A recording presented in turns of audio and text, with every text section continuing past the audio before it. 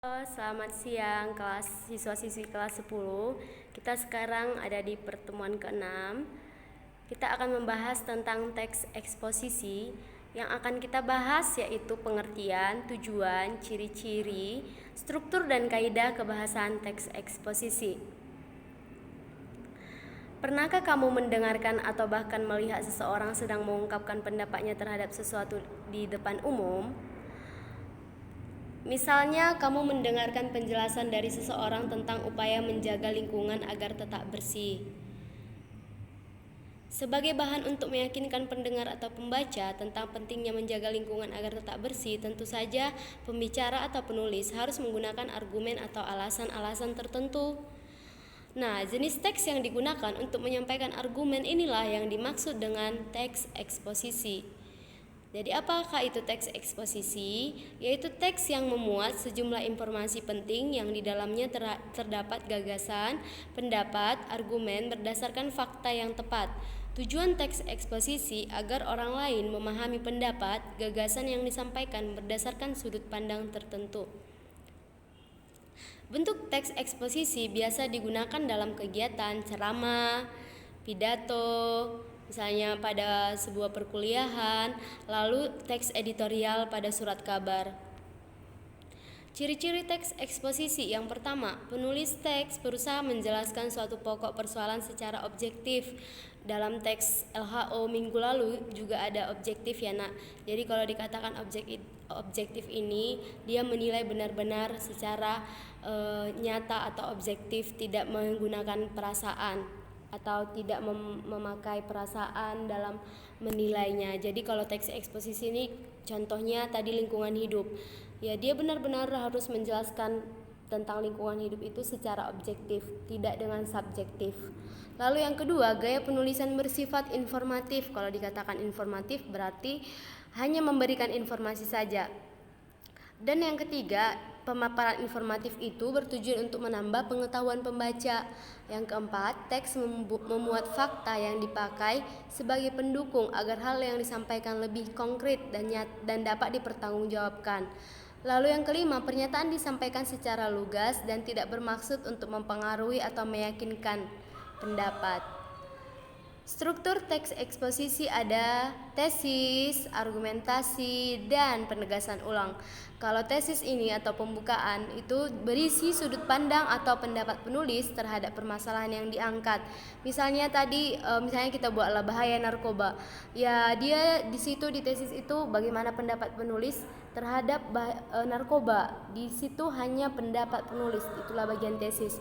Lalu bagian argumentasi atau isi, penjelasan secara mendalam dari tesis yang kebenarannya diakui. Lalu penulis tadi di argumentasi dia memberikan fakta-fakta yang mendukung, misalnya menurut pendapat kementerian, menurut ini dia memberikan fakta yang mendukung pendapatnya tadi. Lalu yang ketiga, penegasan ulang, penjelasan kembali dari tesis yang disampaikan dan didasarkan pada fakta.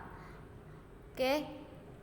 Lalu selanjutnya ada kaidah kebahasaan. Ingat ya nak, di setiap teks itu pasti ada kaidah kebahasaan. Karena kaidah kebahasaan adalah kaidah atau aturan yang digunakan dalam membentuk kata dan kalimat sebagai ciri ataupun pembeda dengan jenis teks lainnya. Jadi kaidah kebahasaan teks eksposisi di sini ada 5, yaitu kata sifat atau adjektiva, kausalitas atau hubungan sebab akibat, lalu ada konjungsi temporal, kata penghubung yang mengatakan waktu, kalimat aktif transitif dan kalimat aktif intransitif. Yang pertama, kata sifat. Kata sifat ini merupakan kata yang menjelaskan, mengubah atau menambah arti dari suatu kata benda agar lebih spesifik. Ciri-cirinya ya, kamu bisa perhatikan di sini. Lebih, kurang, paling, ada kata sangat, terlalu, ya bisa ditempatkan sebelum atau sesudah nomina. Bisa kamu lihat contohnya, kurang sehat, ya sehat di situ adalah kata sifat. Lebih tinggi itu kata sifat, sangat dekat, dekat di situ kata sifat, tidak sehat kata sifat, ya. Lalu yang kedua ada kausalitas, hubungan sebab akibat. Kalimat kausalitas adalah kalimat yang mempunyai hubungan sebab akibat di dalamnya.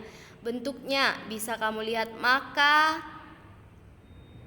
ya, maka, karena. Coba perhatikan di sini. Sehingga, contoh, Budi menangis karena dia lapar. Hubungan sebab akibatnya, Budi menangis, baru akibatnya apa? Sebabnya dia lapar, akibatnya Budi menangis. Nah, seperti itu dia. Oke, selanjutnya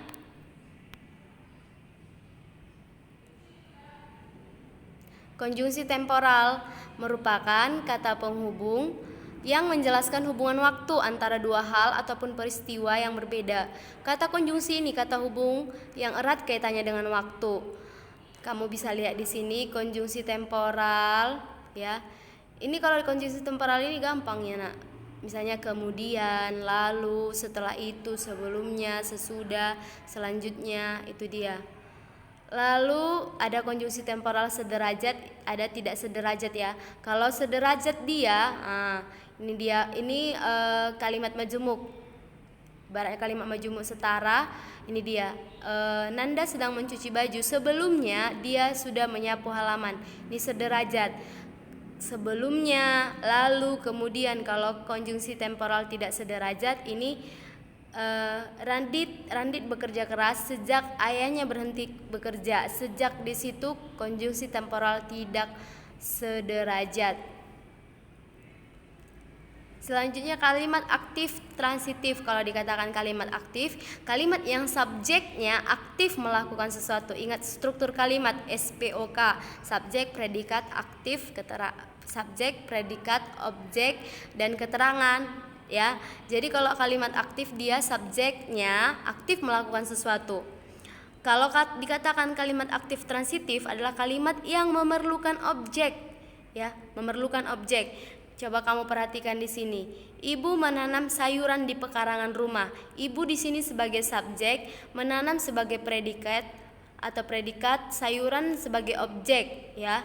Jadi ibu menanam apa? Harus ada objeknya. Makanya dikatakan kalimat aktif transitif karena dia memerlukan objek. Adik mencium ayah dengan girang.